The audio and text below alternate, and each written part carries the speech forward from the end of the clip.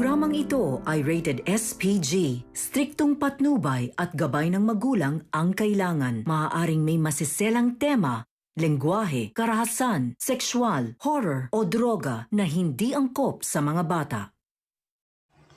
Matanggap kaya ni Claire ang katotohanan na si Lynette pa din ang pinakamamahal ni RJ? Mga kaganapan at dapat abangan sa abot kamay na pangarap. Magandang araw, welcome to my channel. Please don't forget to like, comment and click the bell button para lagi kayong updated sa aking mga videos. Samantala, dahil sa gustong tulungan ni Annalyn ang batang may sakit, nagdesisyon siyang magpaiwan na lang para tulungan niya ang bata na mapatingin sa mga doktor. Ikinagalit naman ni Zoe ang naging pasya ni Annalyn dahil nagpapakahiro na naman daw siya. Inaya na ni Zoe si Nurse Karen at Nurse Ivan para umalis. Ngunit tumanggi ang dalawa na sumama kay Zoe at mas pinili nilang magpaiwan na lang din para matulungan nila si Annalyn. At ayon kay Nurse Ivan, kaya naman sila nag-nurse ay para makatulong sila sa mga taong nangangailangan na sinang-ayuna naman ni Nurse Karen na doon daw sila kung saan makakatulong. Kaya naman mas lalong nainis si Zoe dahil nahawaan na ang dalawa sa pagiging bida-bida mode ni Annalyn at nagsabi si Zoe na sakaling may mangyari sa kanila ay huwag na huwag nilang sisisihin siya at tuluyan na nga sila nitong iniwan. Agad na gumawa ng paraan ang tatlo para maitakas nila ang bata. Nagkunwaring makikigamit ng banyo si Annalyn sa tiyahin ng bata at pumayag naman ito. Sa likod, hinahanap ni Annalyn ang bata at agad niya itong nakita. Nagmadaling kinalaga ni Annalyn ang bata sa pagkakatali at dali-daling bumalik si Annalyn sa loob ng bahay. Saka nagpasalamat sa tiyahin ng bata. Nagmamadali ang tatlo na makalabas at inaabangan nila ang bata. Napayakap ang bata kay Annalyn nang makita siya nito at nagpasalamat sa kanya dahil tinulungan siya. Maya-maya hinahanap na ng tiyahin ang bata kaya nataranta na sila kung papaano sila tatakas. Dahil sa hindi naman matiis ni Zoe ang tatlo, laking pasalamat nila nang balikan sila ni Zoe kaya agad na sumakay sila sa van kasama ang bata. Habang ang tiyahin naman ng bata umiiyak na humihingi ng tulong dahil tinangay nila ang pamangkin niya. Walang nagawa ang tiyahin ng bata dahil tuluyan ang naitakas nila Annalyn ang pamangkin niya. Samantala, nakarating sila Annalyn na ligtas sa lugar kung saan gaganapin ang medical mission kasama ang batang may sakit na itinakas nila sa tiyahin upang mapatingnan niya ito sa mga doktor. Agad nilang chinek up ang bata at napag-alaman nila na isang tumor nga ang bukol sa noo ng bata. Naikwento ni Annalyn ang nangyari sa bata sa pag-aakala ng tiyahin niya na nanuno ito sa punso kung bakit nagkaroon ng bukol ang bata sa noo. Dahil sa paniniwala ng albularyo na tumingin sa bata. Nagpasalamat ang bata kay Annalyn dahil tinulungan siya nito na makatakas sa tiyahin niya. Saka ipinaliwanag ni Annalyn sa bata kung bakit may tumubong bukol sa noo niya at dahil may sakit siya, dapat ay maggamot agad. Naniniwala ang bata kay Annalyn na gagaling siya kaagad, kaya isang mahigpit na yakap ang ibinigay ng bata kay Annalyn bilang pasasalamat niya sa pagkakaligtas niya sa kamay ng tiyahin niya. Samantala, agad na pinuntahan ni nila Nurse Karen at Nurse Ivan, Chang Susan at Josa para magkwento tungkol sa nangyari sa kanila kanina sa daan habang papunta sila ng health center. Nagsabi si Chang Susan na kaya pala ang tagal niyong nakarating dahil kanina pa namin kayo inaantay.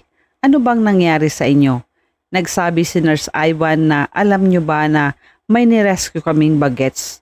Ikinagulat naman nila Chang Susan at Josa ang sinabi ni Nurse Ivan.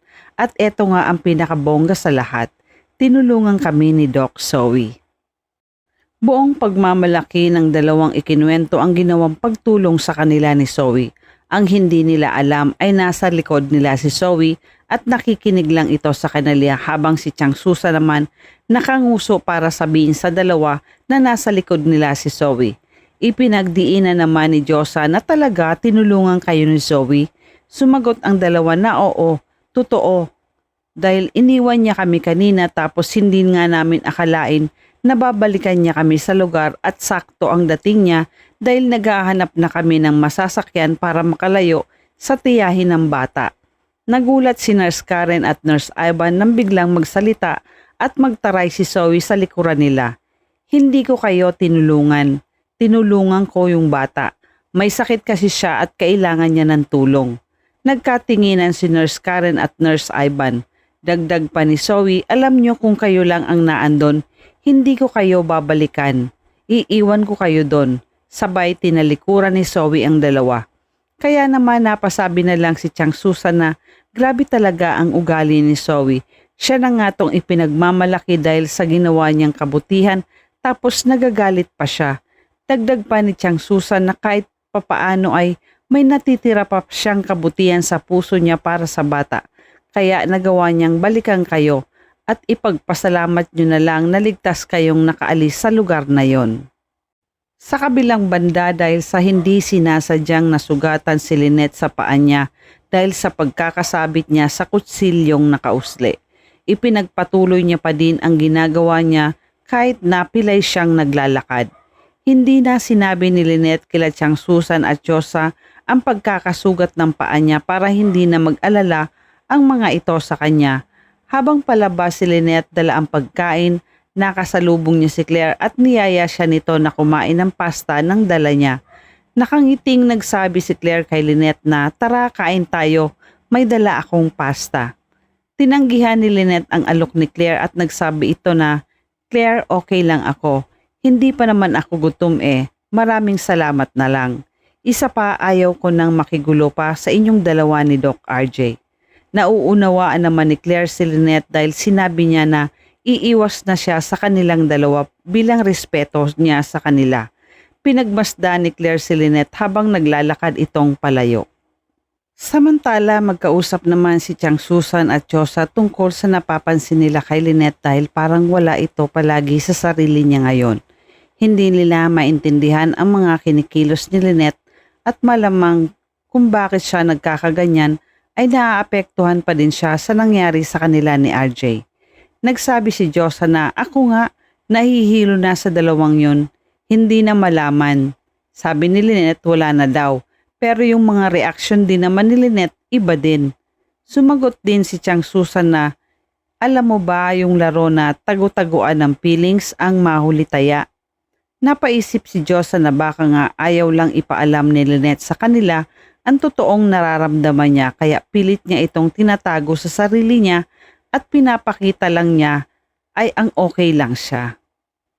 Samantala dahil sa mga napapansin ni RJ kay Lynette nakaraan, alam niyang nahihirapan na si Lynette kahit pa itago niya ang nararamdaman niyang sakit. Alam ni Robert na labis niyang nasaktan si Lynette. Nagkaroon ng pagkakataon si RJ na kausapin si Claire ng masinsinan. Nagsabi si RJ kay Claire kung pwede ba kitang makausap.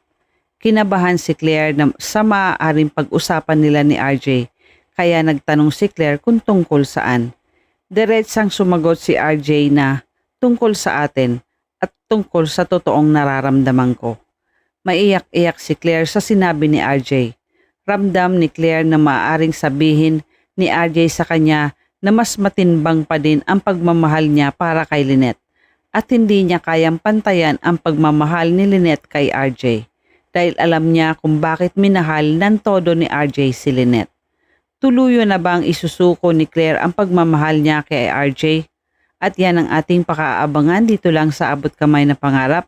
Huwag bibitiw at huwag kalimutan mag-subscribe. Maraming salamat po and God bless.